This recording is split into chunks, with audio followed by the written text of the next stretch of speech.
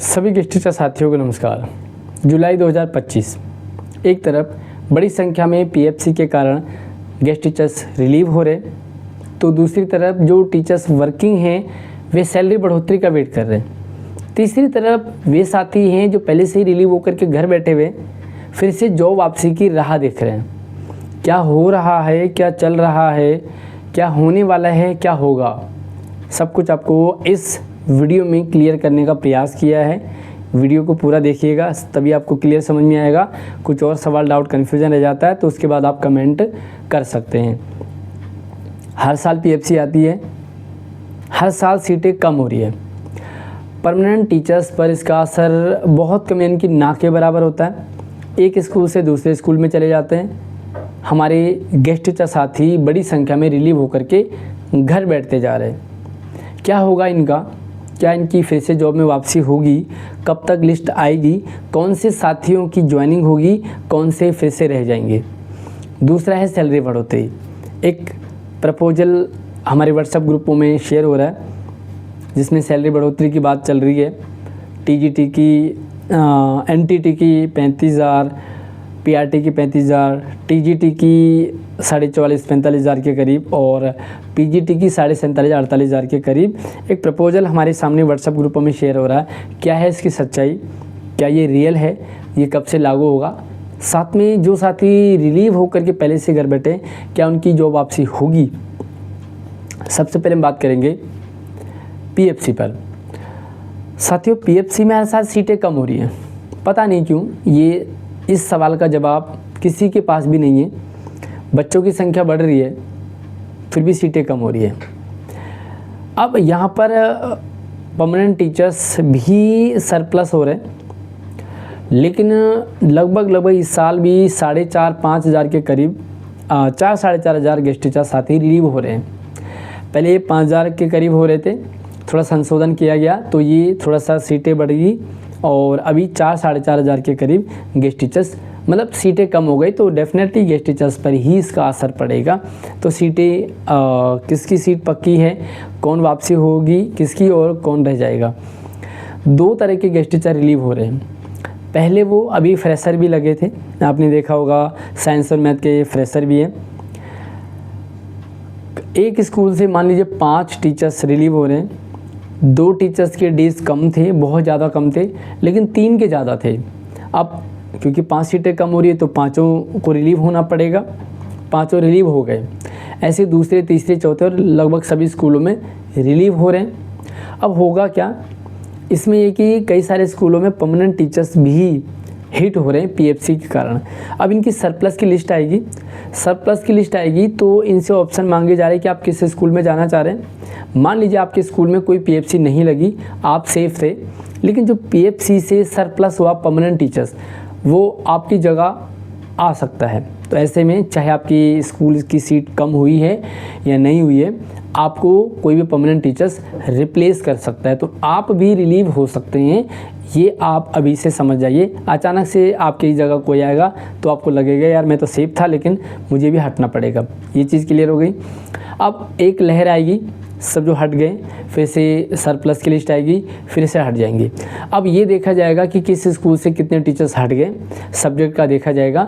अब यहाँ पर ये कि ऐसे भी टीचर्स हैं जिनके डेज कम थे, ऐसे भी टीचर्स हटे जिनके डेज ज़्यादा थे, ऐसे भी टीचर्स थे जिनकी कम डेज थे लेकिन उनके स्कूल की पीएफसी पर कोई फ़र्क नहीं पड़ा, वो जॉब पे बने हुए।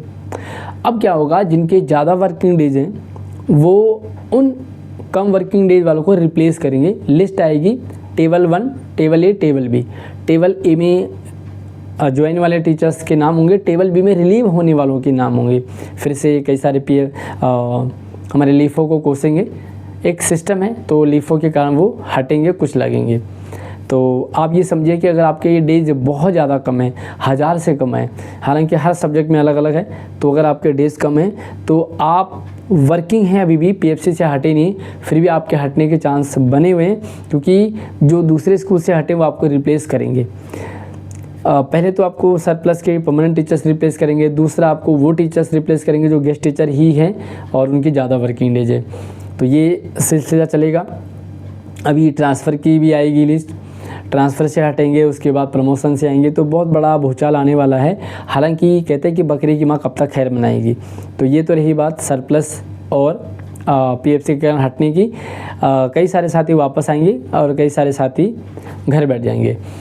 अब बात आती है सैलरी की। साथियों, जो आपको व्हाट्सएप ग्रुप में शेयर हो रहा है, एनटीटी और प्राइमरी की 35,000, जो टीजीटी की 45 और पीजीटी की 48 है, ये प्रपोजल अब का प्रपोजल नहीं है, ये 2019 का प्रपोजल है।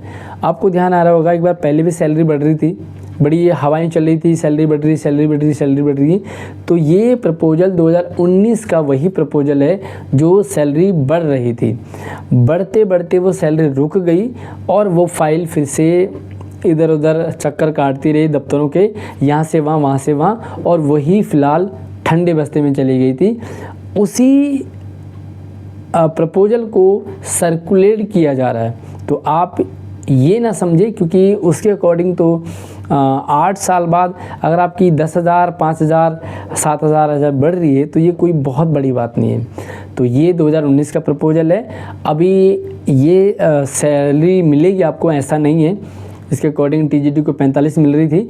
साथियों, जो सैलरी बढ़ेगी, क्योंकि उसमें आपने देखा होगा कि 7th पे कमीशन के अकॉर्डिंग है, लेकिन जो भी 8th पे कमीशन लागू हो चुका है और उसके अकॉर्डिंग जो सैलरी बढ़ेगी वो 8 पे कमीशन के अकॉर्डिंग बढ़ेगी, क्योंकि जनवरी 2000 लगभग जनवरी से जो है 8वां वेतन आयोग लागू होने की संभावना है। तो ये तो बात रही कि सैलरी की, तो वो पुराना है। अब दो चीज़ें यहाँ पर, या तो उसी पुराने को फिर से नया करके सेम आ जाएगा हमारे सामने, या उसमें और संशोधन करके, क्योंकि बहुत भाई 2019 और 2025 तो लगभग 6 साल का है, तो 6 साल बाद क्या सेम सैलरी रहेगी, तो उस पर और इजाफा होने की संभावना है। बात आती है कब तक बढ़ेगी, तो ये इस सवाल का जवाब किसी के पास भी नहीं है, कब से बढ़ेगी। हाँ, एक संभावना लग रही थी कि रिन्यूअल के साथ साथ में सैलरी बढ़ोतरी का ऑर्डर आएगा, जो कि नहीं आया। तो अब आप ये मान के चलिए कि ये जुलाई से सैलरी बढ़कर भी मिल सकती है, ये अगस्त में भी आ सकती है, और ये सरकार चाहे तो सैलरी बढ़ाए ना, जैसे पहले सरकार चलती आ रही थी वैसे ये भी चलाएगी। क्योंकि क्या फ़र्क पड़ता है, सत्ता में आने के बाद सरकार 5 साल तो रहेगी रहेगी। जब केजरीवाल नहीं बढ़ा पाया, केजरीवाल ने नहीं बढ़ाया, जो कि सत्ता का लालची था, तो यार ये बीजेपी तो जब सत्ता में आती है ना तो जम जाती है ना। तो ठीक है, अब आप सैलरी बढ़ जाएगी तो अच्छी बात है। हमारे गेस्ट टीचर्स जो संगठन है वो भी लगे हुए हैं। अब देखते हैं कि कितनी सफलता किसको और कब मिलती है, ये देखने वाली बात है। हालांकि जब मेहनत करनी है, कहते हैं ना कि जब जुर्म करना है तो बड़ा करो, जब कांड करना है तो बड़ा करो, जब दौड़ भाग ही करनी है तो सैलरी बढ़ाने की क्यों, सीधा पॉलिसी के लिए दौड़ भाग करो। पॉलिसी बनेगी तो सैलरी अपने आप बढ़ जाएगी। तो ये हमारे गेस्ट टीचर संगठन को समझना चाहिए कि इन सरकारों के, सांसदों के, विधायकों के चक्कर काटना, अगर काट ही रहे हो तो पॉलिसी के लिए काटें, सैलरी अपने आप बढ़ जाएगी। सैलरी की बात क्लियर हो गई। अब बात आती है जो साथी रिलीव होकर के घर बैठे हुए।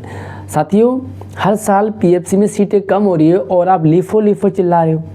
लिफो घातक नहीं है, पीएफसी घातक है। पीएफसी में सीटें कम होना घातक है।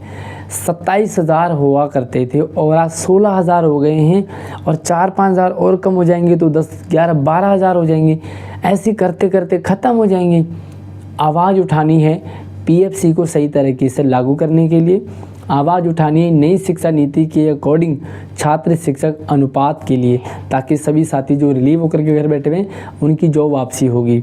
हालांकि 2025 एंड तक लगभग 2,500-3 हज़ार हमारे परमानेंट साथी रिटायर हो रहे हैं। उसके बाद जो साथी रिलीव होकर घर बैठे उनकी वापसी होने की संभावना बढ़ेगी, लेकिन इसके लिए थोड़ा समय अभी लगेगा। जो हमारे अभी एट प्रेजेंट टाइम में रिलीव हो रहे हैं, अभी वही सारे साथी जॉब में वापस आएंगे, इसकी कोई गारंटी नहीं है। तो लगभग यहाँ भी 4-4.5 हज़ार घर बैठ रहे हैं, पहले से घर बैठे हुए।